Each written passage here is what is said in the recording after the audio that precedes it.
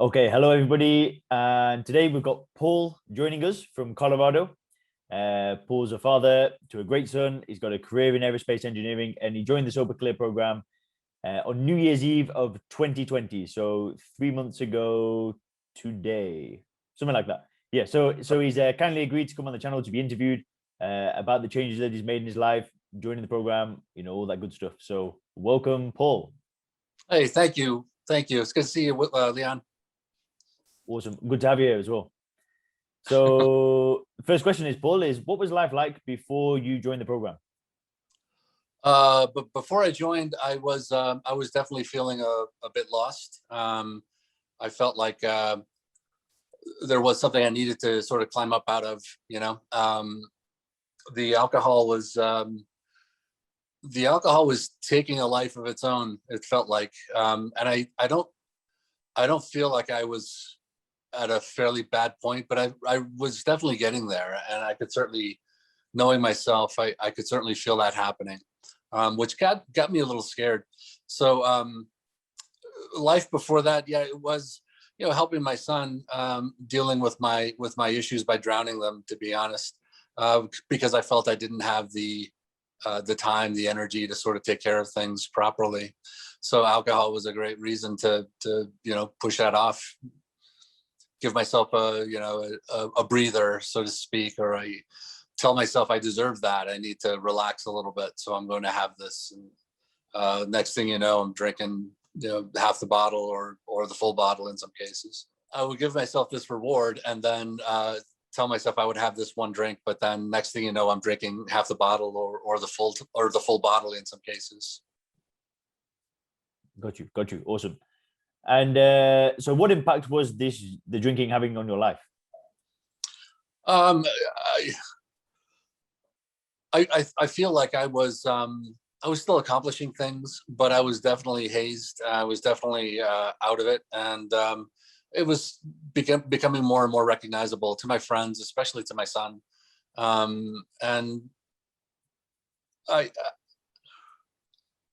it felt like a weight. It felt like a big weight. It was becoming a problem, I think. My son noticed. I said some of my closer friends noticed. But I was still pushing myself forward, trying to get things done. And what kind of things were your friends saying? My friends were just kind of concerned because I hadn't called them or talked to them at all. They knew that with my son's medical condition, I was going through some issues, but I didn't reach out and I didn't talk to them. And giving me some space, I suppose was their first thought. But after a while, it was just they were reaching out a lot and saying, "Are you sure you're okay? Are you sure everything's fine?" And it was funny. I would tell them, "Well, I'm just having a drink, and I think I'm okay." And they're like, "Good, you deserve it. You deserve it. You should have that." So it's ironic. But my friends were noticing a change. They noticed I was a little more withdrawn than usual. Awesome. And so what have you done in the past, Paul, to try and stop? In the past, to try to stop drinking, I honestly, I would treat myself to other things. So I would take myself out to dinner. I would meet friends. I would find other things that would give me that joy. My son was great for that because my son was into a lot of different things that I have no interest in. So fire alarms and trains and monster trucks and these different things I really had no interest in at all. But it was a good distraction to help me away from that. So that was what I tried to do sometimes. But the other great distraction was work. It was always good to throw myself into something and get lost in that. Got it. So it was like trying to find a replacement all the times in the past. Very much, yeah. Trying to find a replacement over and over again, really, because they either didn't work or after a month or so they wouldn't work. So there was definitely a lot of trials, a lot of trial and error with different things to try to distract myself. But in the end, it didn't really come to very much. In the end, I would find my way back to a bottle. Got you. So what made you decide to join the Soberclear program? I recognized that I had an issue. I started doing some research online. I looked at the 12 steps and I looked at some other things. Also read a lot of comments from people and how they sort of battled it. What really got my attention was it was a video that you put out there, and it was 11 things 11 things about stopping drinking, or 11 things that you suffer from when you drink, something like that. What was that, by the way? 11 signs of a drinking problem. That's it. I remember the conversation. That was the video. So I remember seeing your video, and it was 11 signs of oh Jesus, you just said it, and it was 11 signs that you're drinking too much, or yeah, 11 drinking problem. 11 signs of a drinking problem. When I watched that video, actually, a lot of the points that you made really struck me. And plus, you were speaking in a way that I hadn't heard before, which was you were very respectful and very logical and very calm. And I actually really like that. You know, some of the other things were it felt like I was being spoken down to, which I found a little uneasy. I didn't like that. So when I came across your videos and you're speaking very matter-of-factly and speaking very logically, I mean, that really got my attention. And then the more I looked into your program, the more I really liked it. I liked the message a lot. And it seemed to resonate with me quite a bit. And so I reached out to you, and then we had a chat online. Just I think it was like a day later or so. Yep. And yeah. So how has going through the Soberclear program been different to other attempts in the past?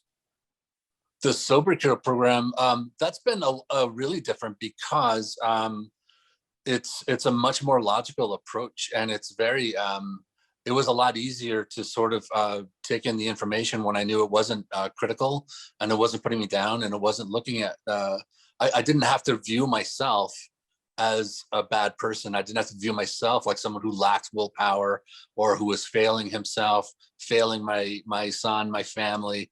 You know, the message was that, you know, we don't need willpower, to be honest. If we take a first principles approach to the alcohol, and we start really looking at it for what it is, how it affects us, and what it's doing. And for me, it was, you know, why I'm turning to that, and why that was such a crutch for me. Looking at that logically, and looking at that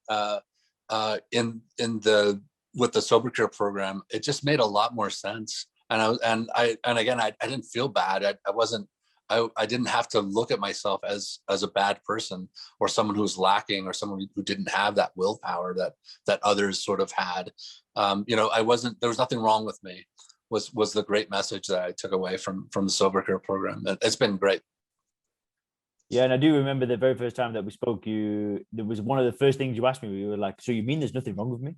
I was like, "Man, no, there's nothing wrong with you, because you've been doing some research and what have you." So yeah, it's quite easy to get down that path. So that's awesome. Yeah. So I read a lot of things that said yeah, I was chemically just a bad person. You know, I was just wrong. There was something wrong, and I was a bad person, and I needed fixing. And so yeah. Love it. So how easy has it been for you to stop drinking? Surprisingly, really easy. Surprisingly, it's been very it was a lot easier than I thought it was to just put it away. I did sharing my journey with my son. My son is 15 now, and he saw some bad parts of me.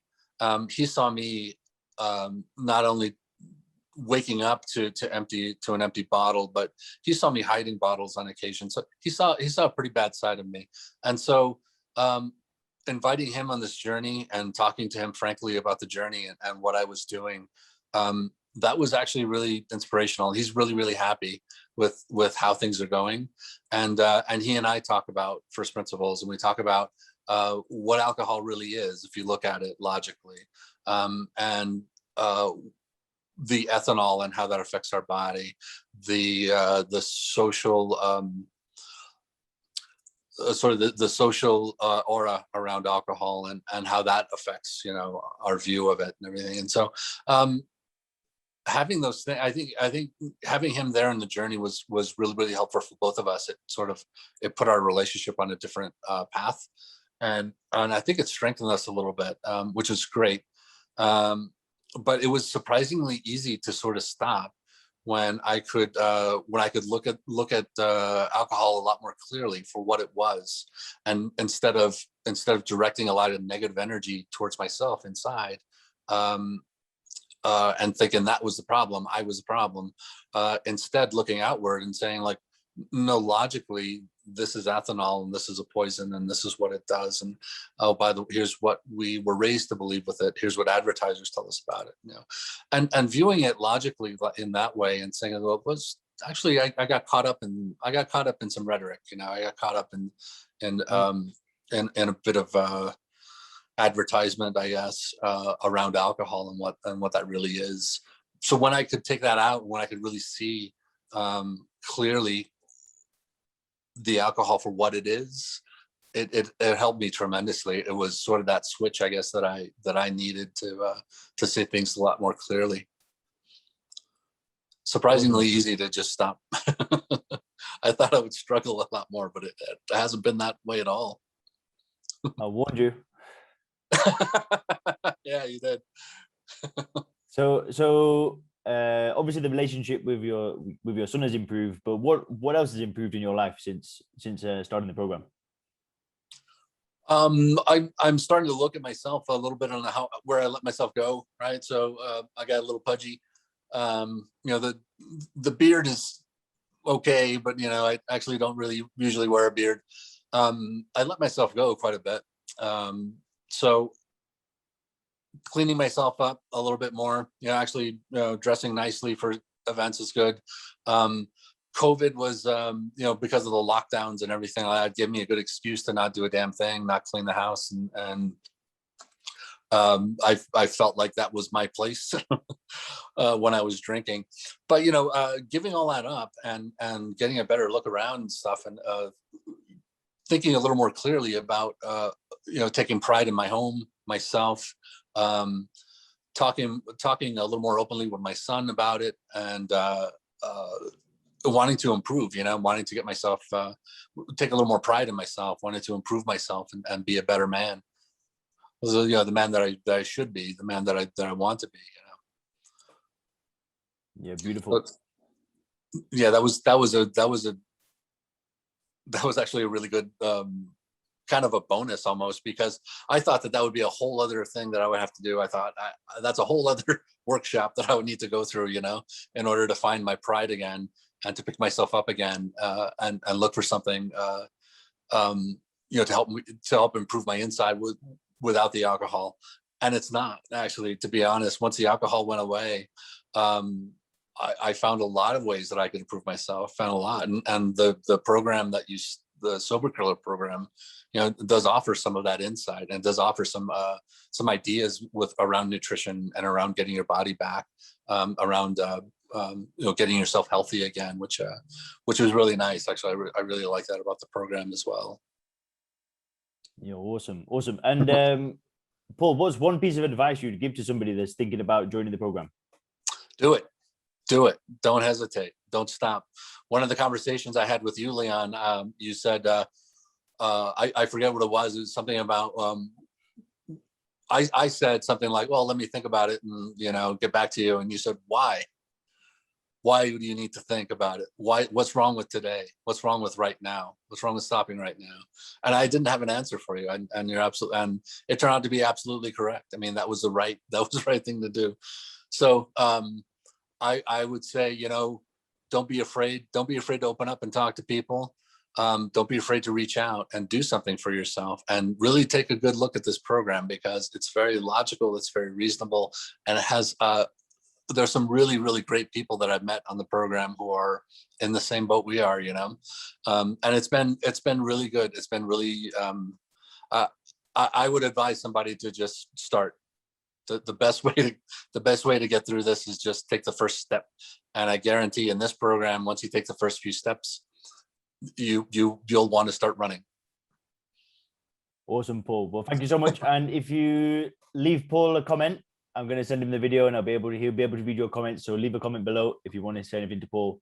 And thanks a lot, Paul. Absolutely. Thank you.